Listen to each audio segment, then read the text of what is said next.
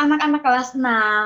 Hari ini kita akan belajar PKN dengan topik persatuan dan kesatuan. Kira-kira apa saja yang akan kita bahas dalam topik hari ini? Ada dua hal ya yang akan kita pelajari bersama.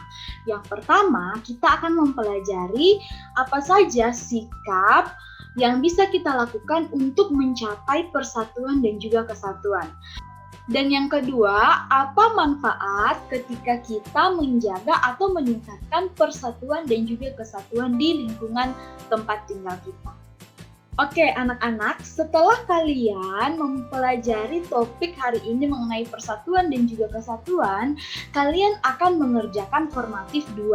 Jadi anak-anak silahkan simak penjelasan ibu dari awal sampai akhir, jangan di-skip supaya anak-anak bisa paham materinya, sehingga anak-anak bisa menjawab soal formatif 2 dengan benar. Oke anak-anak, ibu akan melanjutkan tentang materi hari ini ya. Anak-anak, beberapa minggu yang lalu anak-anak sudah belajar tentang keberagaman sosial budaya di Indonesia. Sehingga anak-anak sudah tahu nih bahwa bangsa Indonesia ini terdiri dari berbagai budaya, berbagai bahasa, berbagai agama, dan lain sebagainya. Dan ternyata keberagaman inilah yang menjadikan Indonesia semakin kaya dan dapat saling belajar. Maksudnya dapat saling belajar seperti ini. Misalnya, anak A dan anak B, kedua-duanya ini memiliki budaya yang berbeda. Anak A dapat belajar budaya dari anak B, sedangkan anak B juga dapat belajar budaya dari anak A. Jadi itu ya maksudnya dapat saling belajar. Ketika anak-anak mempelajari tentang topik keberagaman yang ada di Indonesia, anak-anak harus menanamkan dalam diri anak-anak bahwa keberagaman yang ada bukanlah sebuah penghalang untuk kita bersatu. Kenapa ibu bilang demikian? Karena kita memegang satu semboyan, yaitu Bhinneka Tunggal Ika, yang berarti berbeda-beda tetapi tetap satu. Meskipun kita berbeda budaya, berbeda agama, berbeda bahasa, dan lain sebagainya, tapi kita tetap satu, yaitu kita tetap satu sebagai Indonesia. Nah, coba anak-anak ingat kembali, Indonesia ini, kemerdekaan Indonesia ini diraih dari mana? Ya, oke, tentu saja dari perjuangan para pahlawan. Nah, di sini ibu mau mengajak anak-anak untuk meneladani para pahlawan. Kenapa? Karena tentu saja para pahlawan itu memiliki latar belakang yang berbeda. Dan anak-anak perlu teladani bahwa perbedaan yang ada di antara para pahlawan tidak melemahkan semangat mereka untuk bersatu melawan penjajah. Makanya ibu sampaikan di awal tadi bahwa keberagaman atau perbedaan itu tentu saja bukanlah penghalang untuk kita bersatu. Contohnya saja para pahlawan kita. Mereka bersatu meskipun dari latar belakang yang berbeda, dari agama yang berbeda, dari suku yang berbeda, tapi mereka bersatu. Bersatu untuk apa? Bersatu untuk melawan penjajah. Nah, kalau sekarang kita tentu saja bukan bersatu untuk melawan penjajah ya, tapi kita bersatu untuk Indonesia lebih maju. Seperti itu. Untuk itu, ibu mengajak kita semua, meskipun di dalam perbedaan, meskipun dalam keberagaman, kita harus menjaga persatuan dan kesatuan. Dengan cara apa? Dengan cara hidup rukun. Oke anak-anak, kita akan masuk poin pertama dalam materi kita hari ini, yaitu mengenai sikap mencapai persatuan dan kesatuan. Di sini ibu berikan beberapa sikap bagaimana kita mencapai persatuan dan juga kesatuan. Yang pertama adalah peduli. Peduli maksudnya kita menyadari bahwa orang lain mempunyai kebutuhan yang berbeda-beda dari kita. Peduli di sini juga dapat berarti bahwa kita dapat memahami sikap apa saja yang dapat menyenangkan atau mengganggu orang lain, seperti itu.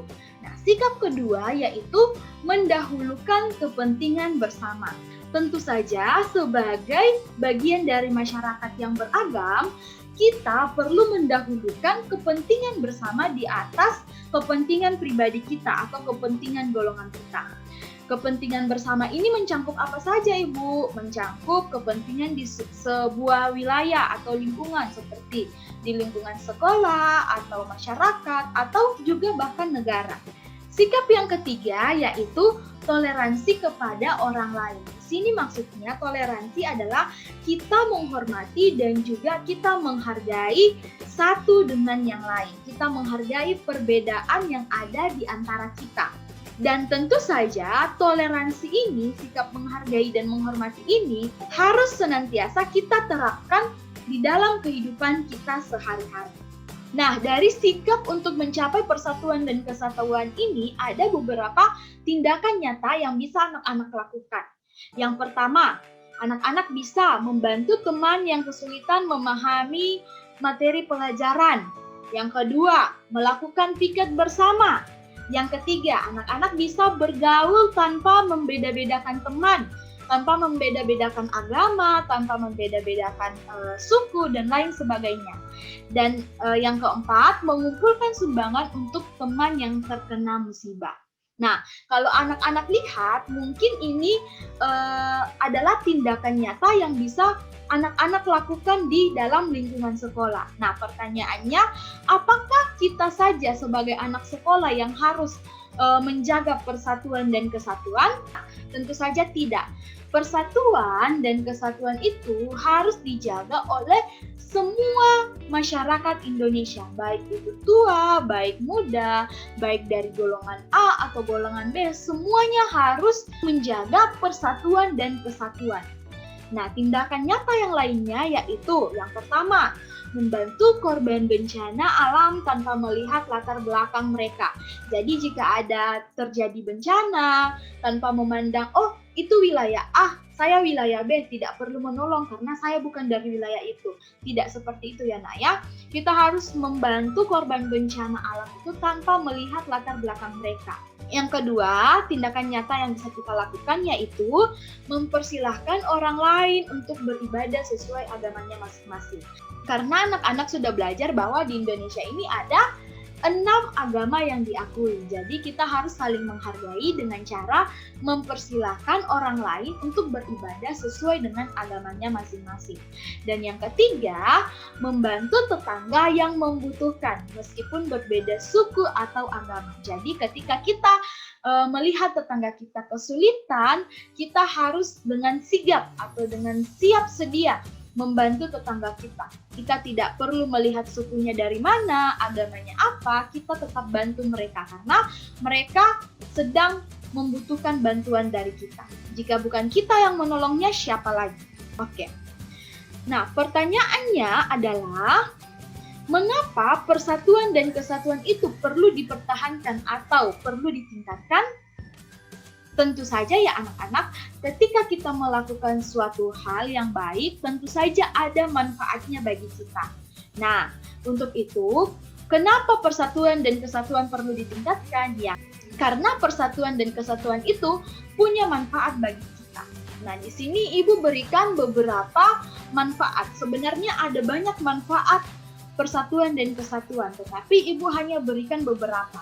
Nah, yang pertama, dengan menjaga persatuan dan kesatuan, kita bisa mengenal dan juga bahkan kita bisa bergaul dengan orang yang berbeda suku, bangsa, dan bahasa dengan kita. Jadi kita tidak bergaul atau kita tidak hanya kenal orang yang satu suku dengan kita atau satu agama dengan kita, tapi kita bisa mengenal dan juga bahkan kita bisa bergaul dengan orang yang berbeda suku dan berbeda agama dengan kita.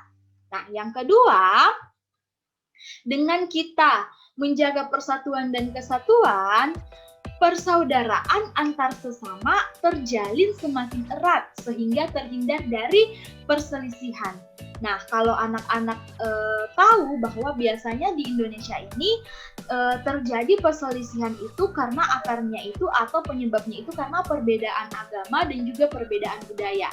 Nah, ketika kita menjaga persatuan dan kesatuan di Indonesia ini, maka persaudaraan kita dengan sesama kita terjalin semakin erat sehingga akan menghindari kita dari setiap perselisihan.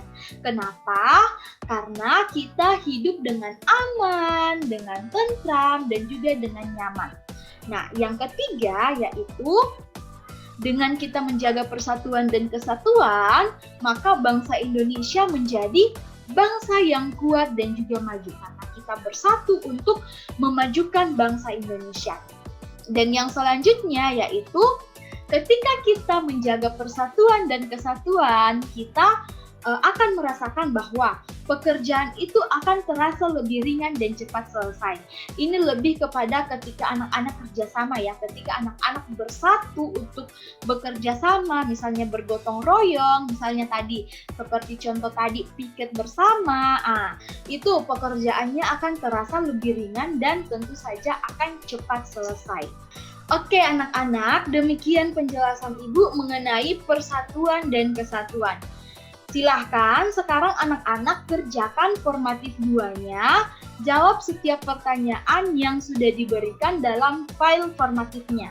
Untuk menutup penjelasan Ibu mengenai materi persatuan dan kesatuan, Ibu berikan satu kalimat kepada anak-anak, yaitu perbedaan bukanlah penghalang untuk kita bersatu.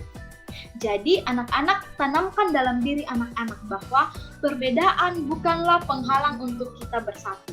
Anak-anak bisa bermain dengan siapa saja meskipun anak-anak berbeda agama, berbeda suku, tapi anak-anak bisa bergaul dengan siapa saja karena perbedaan bukanlah penghalang untuk kita bergaul seperti itu. Kenapa? Karena kita Indonesia dan kita Bhinneka Tunggal Ika. Bersatulah semua.